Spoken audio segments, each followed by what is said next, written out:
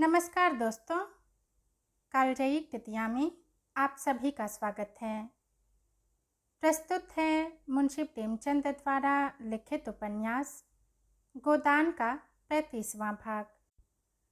उपन्यास के पिछले भाग में आपने सुना कि मिस्टर खन्ना के शुगर मिल में आग लग गई, जिसके कारण संपत्ति का भारी नुकसान हुआ। कल तक मिस्टर खन्ना लखपति थे, पर आज सड़क पर आने की नौबत आ चुकी थी। ऐसे समय में मिस्टर मेहता व मालती उनको ढांढस बंधाते हैं और उनकी पत्नी गोविंदी उनके साथ डटकर खड़ी होती है। गोविंदी को मिस्टर खन्ना ने हमेशा ही नीचा दिखाया था, पर आज उसका साथ पाकर पछतावे और ग्लानि से भर गए थे। उधर गांव में होरी ने सोना की शादी कर दी थी और नोहरी गांव में हर जगह अपनी किए हुए मदद का ढिंढोरा पीटती चलती थी। आगे क्या हुआ जानने के लिए सुनिए गोदान का 35वां भाग। नोहरी उन औरतों में न थी जो नेकी करके दरिया में डाल देती हैं। उसने नेकी की है तो उसका खूब ढिंढोरा पीटेगी और उससे जितना यश मिल सकता है उससे कुछ ज़्यादा ही पाने के लिए हाथ पांव मारेगी। ऐसे आदमी को यश के बदले अपयश और बदनामी ही मिलती है। नेकी न करना बदनामी की बात नहीं। अपनी इच्छा नहीं है या सामर्थ्य नहीं है, इसके लिए कोई हमें बुरा नहीं कह सकता, मगर जब हम नेकी करके उसका एहसान जताने लगते हैं तो वही जिसके साथ हमने नेकी की थी हमारा शत्रु हो जाता है और हमारे एहसान को मिटा देना चाहता है। वही नेकी अगर करने वाले के दिल में रहे तो नेकी है, दिल से बाहर निकल आए तो बदी है। नोहरी चारों ओर कहती फिरती थी। बेचारा होरी बड़ी मुसीबत में था। बेटी के ब्याह के लिए जमीन रेहन रख रहा था। मैंने उसकी यह दशा देखी तो मुझे दया आई। धनिया से तो जी जलता था। वह रांड तो मारे घमंड के धरती पर पाँव ही नहीं रखती। बेचारा होरी चिंता से घोला जाता था। मैंने सोचा इस संकट में उसके कुछ मदद कर दूं। आखिर आदमी ही तो आदमी के काम आता है और होरी तो अब कोई गैर नहीं है। मानो चाहे ना मानो, वह हमारे नातेदार हो चुके हैं। रुपए निकाल कर दे दिए, नहीं तो लड़की अब तक बैठी रहती। धनिया भला यह जीत कब सुनने लगी थी। रुपए खैरात दिए थे, बड़ी आई खैरात देने वाली। सूद महाजन भी लेगा, तुम भी लोगी, एहसान काहे का। दूसरों को देती, सूद की जगह मूल भी गायब हो जाता। हमने लिया है तो हाथ में रुपए आते ही नाक पर रख देंगे। हम ही थे कि तुम्हारे घर का बिस उठा के पी गए और कभी मुंह पर नहीं लाए। कोई यहाँ द्वार पर नहीं खड़ा होने देता था। हमने तुम्हारी मर्जाद बना ली, तुम्हारे मुंह की लाली रख ली। रात के 10 बज गए थे। सावन की अंधेरी छटा छाई थी। सारे गांव में अंधकार था। होरी ने भोजन करके तमाकू पिया और सोने जा रहा था कि एकाएक भोला आकर खड़ा हो गया। होरी ने पूछा, कैसे चले भोला महतो? जब इसी गांव में रहना है तो क्यों अलग छोटा सा घर नहीं बना लेते? गांव में लोग कैसे कैसे कुत्सा उड़ाया करते हैं। क्या यह तुम्हें अच्छा लगता है? बुरा न मानना, तुमसे संबंध हो गया है, इसीलिए तुम्हारी बदनामी नहीं सुनी जाती, नहीं तो मुझे क्या करना था। धनिया उसी समय लोटे में पानी लेकर होरी के सिरहाने रखने आई। सुनकर बोली, दूसरा मर्द होता तो ऐसी औरत का सिर काट लेता। होरी ने डांटा, क्यों बेबात की बात करती है? पानी रख दे और जा सो। आज तू ही कुराह चलने लगे तो मैं तेरा सिर काट लूँगा, काटने देगी? धनिया उसे पानी का एक छींटा मारकर बोली, कुराह चले तुम्हारी बहन, मैं क्यों कुराह चलने लगी? मैं तो दुनिया की बात कहती हूँ, तुम मुझे गालियाँ देने लगे। अब मुँह मीठा हो गया? औरत चाहे जिस रास्ते जाए, मर्द टुकुर टुकुर देखता रहे, ऐसे मर्द को मैं मर्द नहीं कहती। होरी दिल में कटा जाता था। भोला उससे अपना दुख दर्द कहने आया होगा, वह उल्टे उसी पर टूट पड़ी। जरा गर्म होकर बोला, तू जो सारे दिन अपने ही मन की किया करती है तो मैं तेरा क्या बिगाड़ लेता हूँ? कुछ कहता हूँ तो काटने दौड़ती है, यही सोच। धनिया ने लल्लो चप्पो करना न सीखा था तो नक कर बोली, औरत घी का घड़ा लुढ़का दे, घर में आग लगा दे, मर्द सह लेगा, लेकिन उसका कुराह चलना कोई मर्द न सहेगा। भोला दुखित स्वर में बोला, तू बहुत ठीक कहती है धनिया। बेशक मुझे उसका सिर काट लेना चाहिए था, लेकिन अब उतना पौरुख तो नहीं रहा। तू चलकर समझा दे, मैं सब कुछ करके हार गया। जब औरत को बस में रखने का बूता न था तो सगाई क्यों की थी? इसी छीछा लेदर के लिए? क्या सोचते थे वहाँ आकर तुम्हारे पैर दबाएगी, तुम्हें चिलम भर भर पिलाएगी और जब तुम बीमार पड़ोगे तो तुम्हारी सेवा करेगी? तो ऐसा वही औरत कर सकती है जिसने तुम्हारे साथ जवानी का सुख उठाया हो। मेरी समझ में यह नहीं आता कि तुम उसे देखकर लट्टू कैसे हो गए। कुछ देखभाल तो कर लिया होता कि किस स्वभाव की है, किस रंग ढंग की है। तुम तो भूखे सियार की तरह टूट पड़े। अब तो तुम्हारा धर्म यही है कि गरासे से उसका सिर काट लो। फांसी ही तो पाओगे। फांसी इस छीछा लेदर से अच्छी है। भोला के खून में कुछ स्फूर्ति आई। बोला, तो तुम्हारी यही सलाह है? धनिया बोली, हाँ, मेरी यही सलाह है। अब 150 बरस तो जियोगे नहीं, समझ लेना इतनी ही उम्र थी। होरी ने अब की जोर से फटकारा, चुप रह, बड़ी आई है वहाँ से सतवंती बन के। जबरदस्ती चिड़िया तक तो पिंजरे में रहती नहीं, आदमी क्या रहेगा? तुम उसे छोड़ दो भोला, और समझ लो मर गई, और जाकर अपने बाल बच्चों में आराम से रहो। 2 रोटी खाओ और राम का नाम जपो। जवानी के सुख अब गए। वह औरत चंचल है। बदनामी और जलन के सिवा तुम उससे कोई सुख न पाओगे। भोला नोहरी को छोड़ते? असंभव। नोहरी इस समय भी उसकी ओर रोज भरी आंखों से तरेरती हुई जान पड़ती थी। लेकिन नहीं, भोला अब उसे छोड़ ही देगा। जैसा कर रही है उसका फल भोगे। उसकी आंखों में आंसू आ गए। बोला, होरी भैया, इस औरत के पीछे मेरी जितनी सांसत हो रही है मैं ही जानता हूँ। इसी के पीछे कामता से मेरी लड़ाई हुई। बुढ़ापे में यह दाग भी लगना था, लग गया। मुझे रोज ताना देती है कि तुम्हारी तो लड़की निकल गई। मेरी लड़की निकल गई चाहे भाग गई, लेकिन अपने आदमी के साथ तो पड़ी है। उसके सुख दुख की साथिन तो है। इसकी तरह तो मैंने कोई औरत ही नहीं देखी। दूसरों के साथ तो हंसती है, मुझे देखा तो कुप्पे सा मुँह फुला लिया। मैं गरीब आदमी ठहरा। 3-4 आने रोज की मजूरी मिलती है। दूध दही मांस मछली रबड़ी मलाई कहाँ से लाऊं? भोला यहाँ से प्रतिज्ञा करके अपने घर गए। अब बेटों के साथ रहेंगे।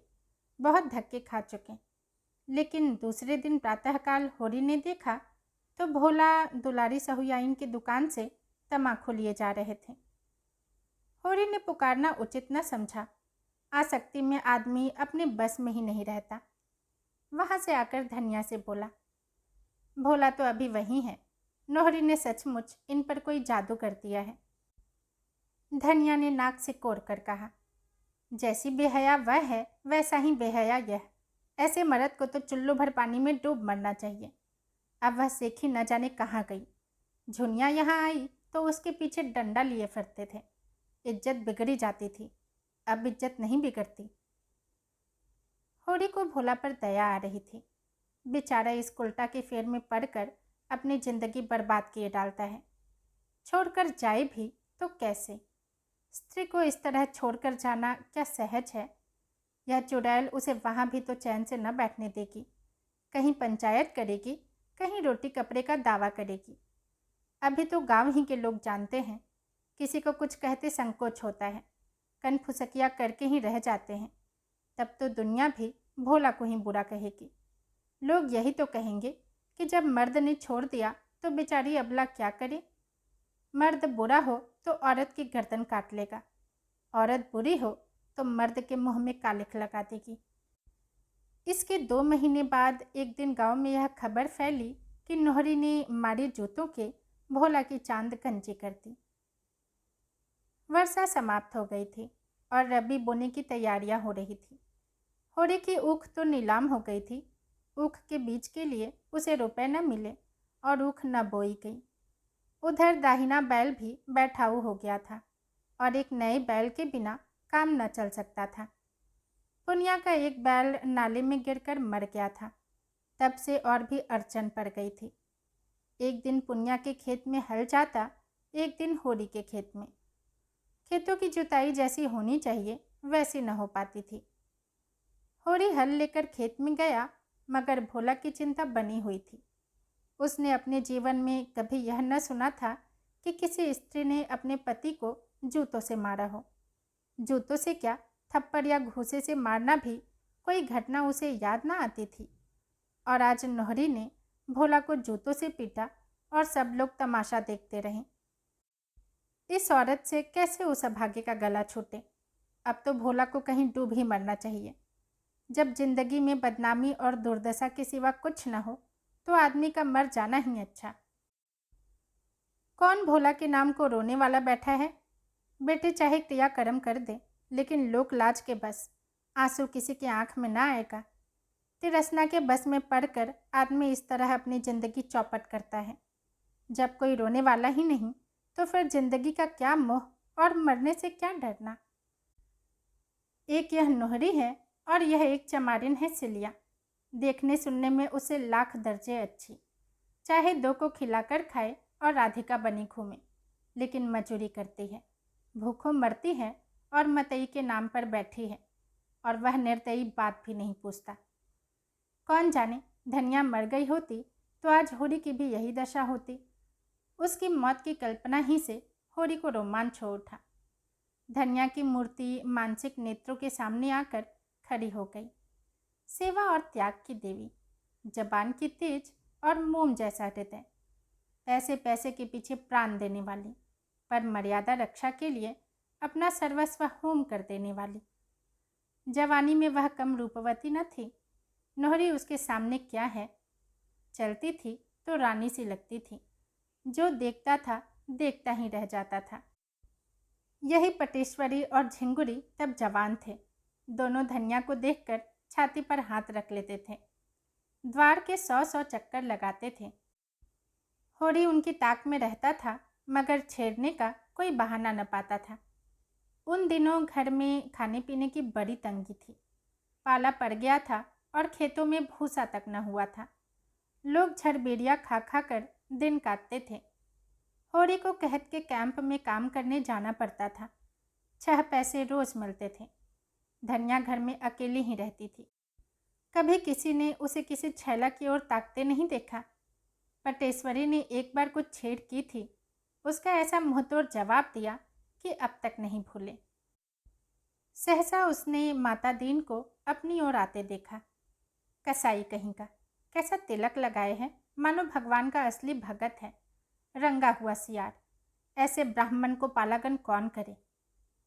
माता दीन ने समीप आकर कहा, तुम्हारा दाहिना तो बूढ़ा हो गया होरी, अब की सिंचाई में न ठहरेगा। कोई 5 साल हुए होंगे इसे लाए। होरी ने दाएं बैल की पीठ पर हाथ रखकर कहा, कैसा 5वां, यह 8वां चल रहा है भाई। जी तो चाहता है इसे पेंशन दे दूं, लेकिन किसान और किसान के बैल, इनको जमराज ही पेंशन दे तो मिले। इसकी गर्दन पर जुआ रखते मेरा मन कचोटता है। बेचारा सोचता होगा अब भी छुट्टी नहीं, अब क्या मेरा हार चोतेगा।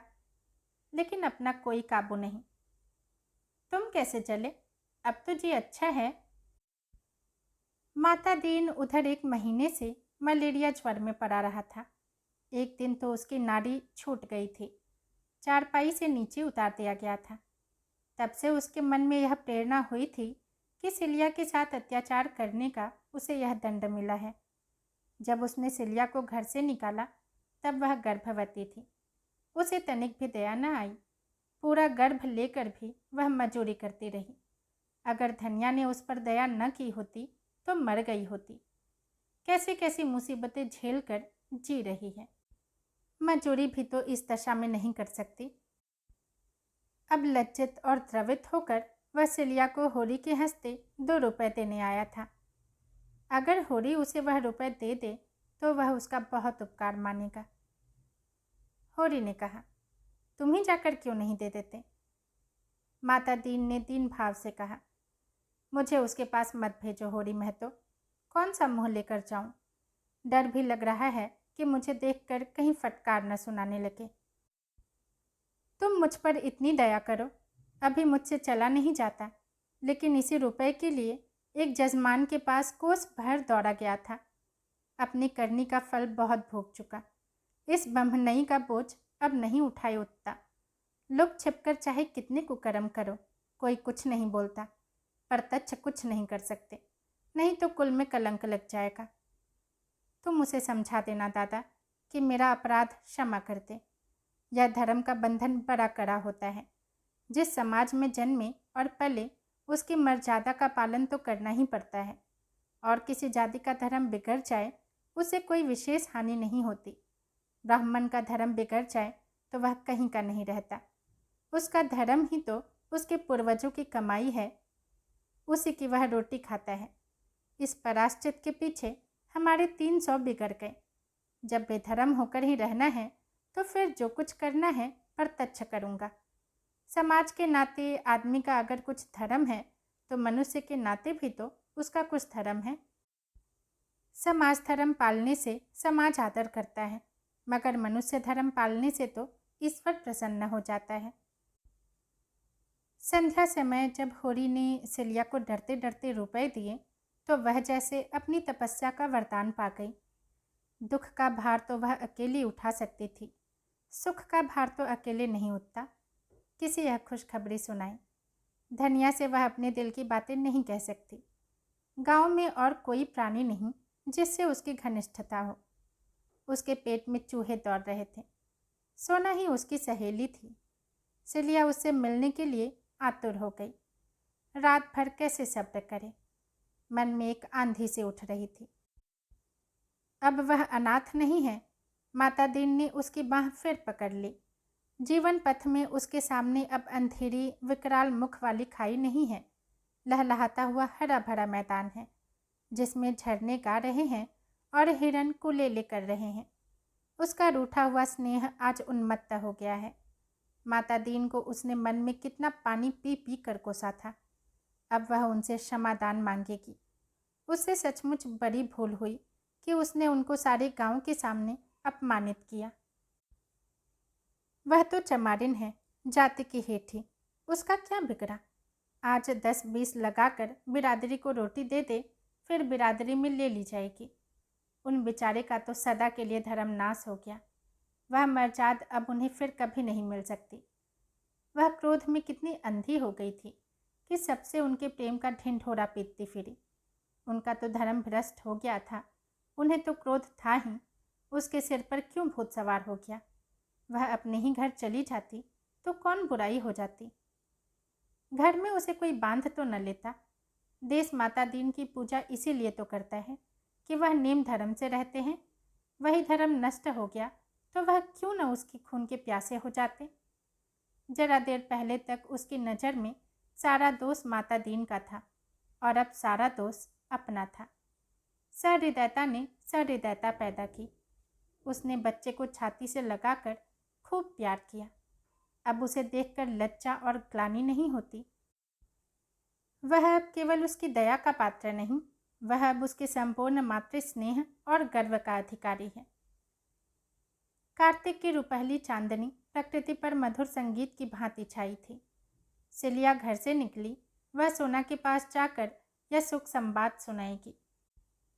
अब उससे रहा नहीं जाता। अभी तो सांझ हुई है, डोंगी मिल जाएगी। वह कदम बढ़ाती हुई चली। नदी पर आकर देखा तो डोंगी उस पार थी और माझी का कहीं पता नहीं। चांद घुलकर जैसे नदी में बहा जा रहा था। वह एक क्षण खड़ी सोचती रही, फिर नदी में घुस पड़ी। नदी में कुछ ऐसा ज़्यादा पानी तो क्या होगा। उस उल्लास के सागर के सामने वह नदी क्या चीज़ थी। पानी पहले तो घुटनों तक था, फिर कमर तक आया और फिर अंत में गर्दन तक पहुंच गया। सिलिया डरी कहीं डूब न जाए, कहीं कोई गड्ढा न पड़ जाए, पर उसने जान पर खेलकर पांव आगे बढ़ाया। अब वह मझधार में है। मौत उसके सामने नाच रही है, मगर वह घबराई नहीं है। उसे तैरना आता है। लड़कपन में इसी नदी में वह कितनी ही बार तैर चुकी है। खड़े खड़े नदी को पार भी कर चुकी है।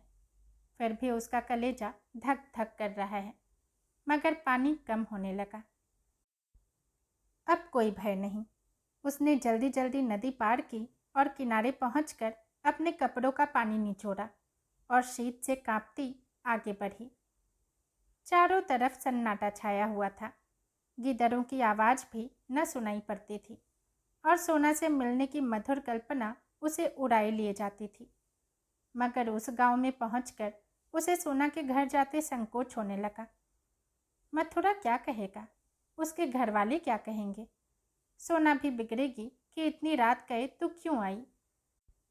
देहातों में दिन भर के थके मांदे किसान सरे शाम ही सो जाते हैं। सारे गांव में सोता पड़ गया था। मथुरा के घर के द्वार बंद थे। सिलिया किवाड़ न खुलवा सकी। लोग उसे इस भेष में देखकर क्या कहेंगे? वहीं द्वार पर अलाव में अभी भी आग चमक रही थी। सिलिया अपने कपड़े सेंकने लगी। सहसा किवाड़ खुला और मथुरा ने बाहर निकलकर पुकारा, अरे कौन बैठा है अलाव के पास? सिलिया ने जल्दी से आंचल सिर पर खींच लिया और समीप आकर बोली, मैं हूँ सिलिया। सिलिया, इतनी रात गए कैसे आई? वहाँ सब कुशल है? हाँ, सब कुशल है। जी घबरा रहा था, सोचा चलूँ सबसे भेंट करती आऊँ। दिन को तो छुट्टी ही नहीं मिलती। तो क्या नदी ठहा कर आई है? और कैसे आती? पानी कम था। मथुरा उसे अंदर ले गया। बरोठे में अंधेरा था।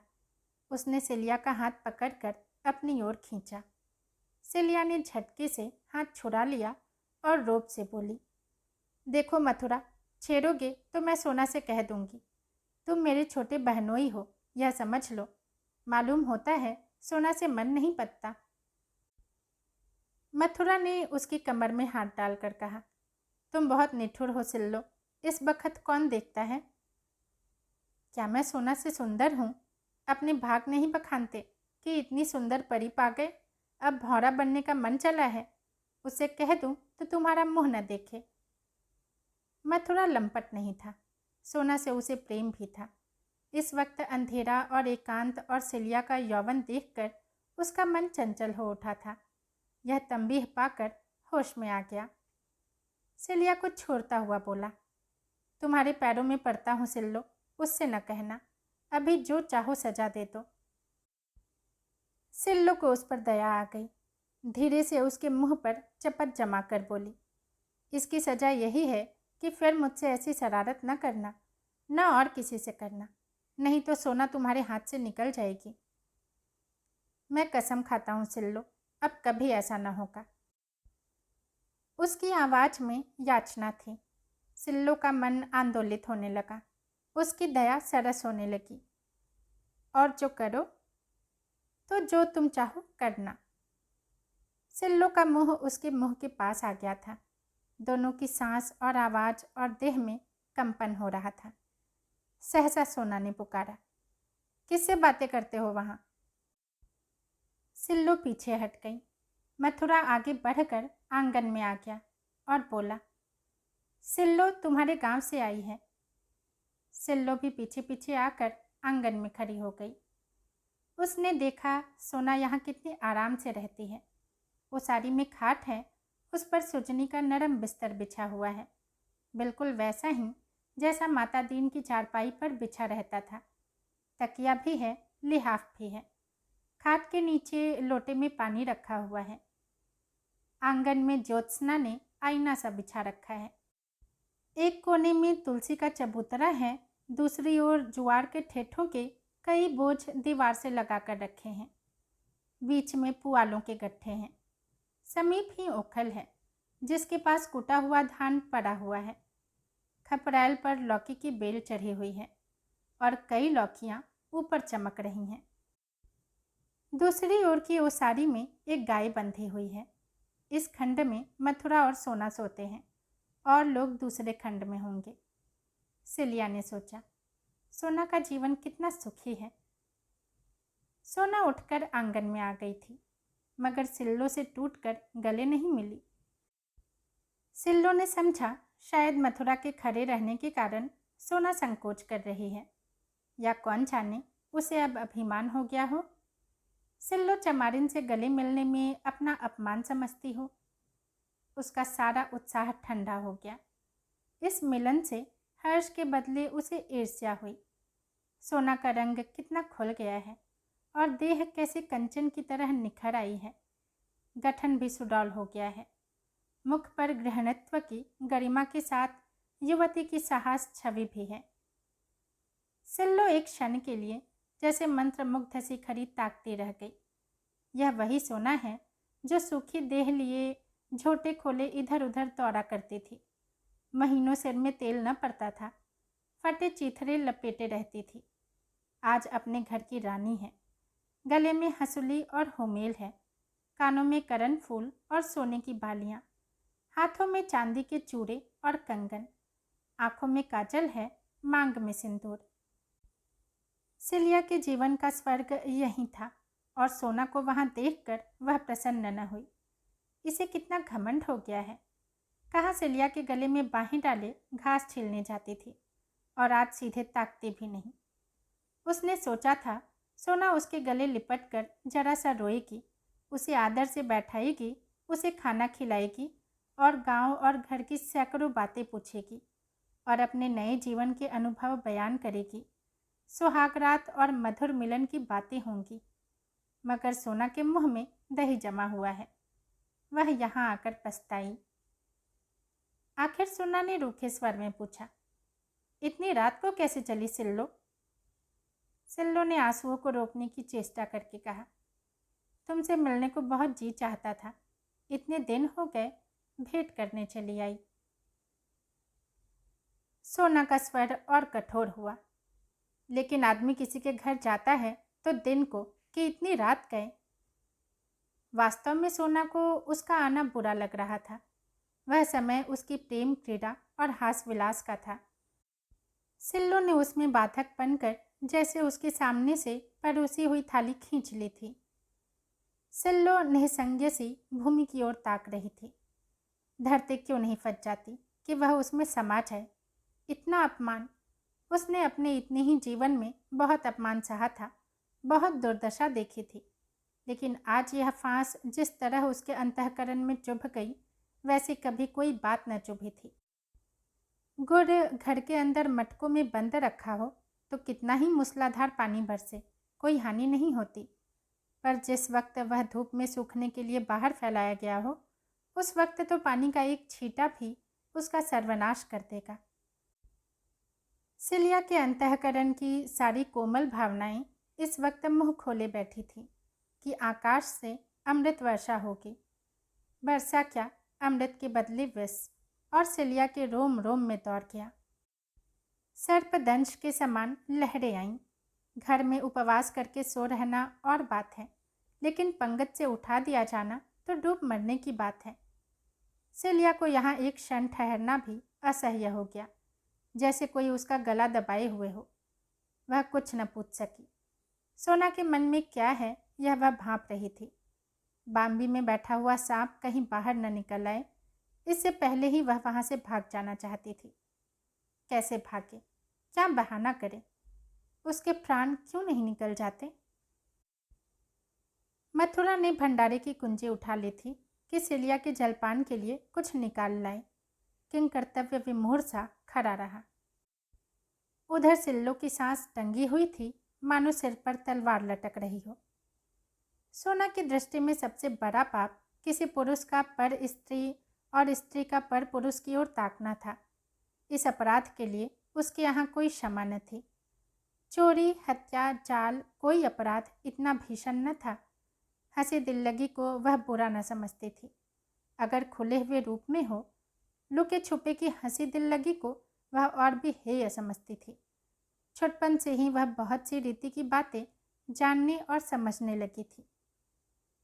होरी को जब कभी हाट से घर आने में देर हो जाती थी और धनिया को पता लग जाता था कि वह दुलारी सहुयाइन की दुकान पर गया था, चाहे तंबाकू लेने ही क्यों न गया हो, तो वह कई कई दिन तक होरी से बोलती न थी और न घर का कोई काम करती थी। एक बार इसी बात पर वह अपने नैहर भाग गई थी यह भावना सोना में और तीव्र हो गई थी। जब तक उसका विवाह न हुआ था यह भावना उतनी बलवान न थी, पर विवाह हो जाने के बाद तो उसने व्रत का रूप धारण कर लिया था। ऐसे स्त्री पुरुषों की अगर खाल भी खींच ली जाती तो उसे दया न आती। प्रेम के लिए दाम्पत्य के बाहर उसकी दृष्टि में कोई स्थान न था। स्त्री पुरुष का एक दूसरे के साथ जो कर्तव्य है, इसी को वह प्रेम समझती थी। सिल्लो से उसका बहन का नाता था। सिल्लो को वह प्यार करती थी, उस पर विश्वास करती थी। वही सिल्लो आज उससे विश्वासघात कर रही है। मथुरा और सिल्लो में अवश्य ही पहले से साठगांठ होगी। मथुरा उसे नदी के किनारे खेतों में मिलता होगा और आज वह इतनी रात गए नदी पार करके इसीलिए आई है। अगर उसने इन दोनों की बातें न सुन ली होती तो उसे खबर तक न होती। मथुरा ने प्रेम मिलन के लिए यही अवसर सबसे अच्छा समझा होगा। घर में सन्नाटा जो है, उसका हृदय सब कुछ जानने के लिए विकल हो रहा था। वह सारा रहस्य जान लेना चाहती थी, जिससे अपनी रक्षा के लिए कोई विधान सोच सके। और यह मथुरा यहाँ क्यों खड़ा है? क्या वह उसे कुछ बोलने भी न देगा? उसने रोज से कहा, तुम बाहर क्यों नहीं जाते या यहीं पहरा देते रहोगे? मथुरा बिना कुछ कहे बाहर चला गया। उसके प्राण सूखे जाते थे कि कहीं सिल्लो सब कुछ कह न डाले, और सिल्लो के प्राण सूखे जाते थे कि अब वह लटकती हुई तलवार सिर पर गिरना ही चाहती है। सोना ने बड़े गंभीर स्वर में सिल्लो से पूछा, देखो सिल्लो, मुझसे साफ साफ बता दो, नहीं तो मैं तुम्हारे सामने यहीं अपनी गर्दन पर गरासा मार लूंगी। फिर तुम मेरी सौत बनकर राज करना। देखो, गरासा सामने पड़ा है, एक म्यान में दो तलवारें नहीं रह सकती। उसने लपक कर सामने आंगन में से गरासा उठा लिया और उसे हाथ में लिए हुए बोली, यह मत समझना कि मैं खाली धमकी दे रही हूँ। क्रोध में मैं क्या कर बैठूं नहीं कह सकती, साफ साफ बता दो। सिलिया कांप उठी। एक एक शब्द उसके मुंह से निकल पड़ा मानो ग्रामोफोन में भरी हुई आवाज हो। वह एक शब्द भी न छिपा सकी। सोना के चेहरे पर भीषण संकल्प खेल रहा था, मानो खून सवार हो। सोना ने उसकी ओर बर्छी किसी चुभने वाली आंखों से देखा और मानो कटार का आघात करते हुए बोली, ठीक ठीक कहती हो? बिल्कुल ठीक, अपने बच्चे की कसम। कुछ छिपाया तो नहीं? अगर मैंने रत्ती भर भी छिपाया हो तो मेरी आंखें फूट जाएं। तुमने उस पापी को लात क्यों नहीं मारी? उसे दांत क्यों नहीं काट खाया? उसका खून क्यों नहीं पी लिया? चिल्लाई क्यों नहीं? सिल्लो क्या जवाब दे। सोना ने उन्मादिनी की भांति अंगारे की सी आंखें निकाल कर कहा, बोलती क्यों नहीं? क्यों तूने उसकी नाक दांतों से नहीं काट ली? क्यों नहीं दोनों हाथों से उसका गला दबा दिया? तब मैं तेरे चरणों पर सिर झुकाती। अब तो तू मेरी आंखों में हरचाई है, निरी बेसवा। अगर यही करना था तो माता दीन का नाम क्यों कलंकित कर रही है? क्यों किसी को लेकर बैठ नहीं जाती? क्यों अपने घर नहीं चली गई? यही तो तेरे घर वाले चाहते थे। तू उपले और घास लेकर बाजार जाती, वहाँ से रुपए लाती और तेरा बाप बैठा उसी रुपए की ताड़ी पीता। फिर क्यों उस ब्राह्मण का अपमान करवाया? क्यों उसकी आबरू में बट्टा लगाया? क्यों सतवंती बनी बैठी हो? अब अकेले नहीं रहा जाता तो किसी से सगाई क्यों नहीं कर लेती? क्यों नदी तालाब में डूब नहीं मरती? क्यों दूसरों के जीवन में विष घोलती है? आज मैं तुझसे कह देती हूँ कि अगर इस तरह की बात फिर हुई और मुझे पता लगा तो तीनों में से एक भी जीता न रहेगा। बस अब मुंह में कालिख लगाकर चली जाओ यहाँ से। समझ लो, आज से मेरे और तुम्हारे बीच में कोई नाता नहीं रहा। सिल्लो धीरे से पलटी। जान पड़ा उसकी कमर टूट गई है। एक क्षण साहस बटोरती रही, किंतु अपनी सफाई में कुछ सूझ न पड़ा। आंखों के सामने अंधेरा था, सिर में चक्कर, कंठ सूख रहा था और सारी देह सुन्न हो गई थी, मानो रोम छिद्रों से प्राण उड़े जा रहे हों। एक एक पग इस तरह रखती हुई मानो सामने गड्ढा है। तब बाहर आई और नदी की ओर चली। द्वार पर मथुरा खड़ा था। बोला, इस वक्त कहाँ जाती हो सिल्लो? सिल्लो ने कोई जवाब न दिया। मथुरा ने भी फिर कुछ न पूछा। वही रुपहली चांदनी अब भी छाई हुई थी। नदी की लहरें अब भी चांद की किरणों में नहा रही थीं और सिल्लो विक्षिप्त सी स्वप्न छाया की भांति नदी में चली जा रही थी। दोस्तों, गोदान का 35वां भाग यहीं समाप्त होता है। यदि पसंद आया हो तो लाइक करें, कमेंट करें और चैनल को सब्सक्राइब भी ज़रूर करें। धन्यवाद।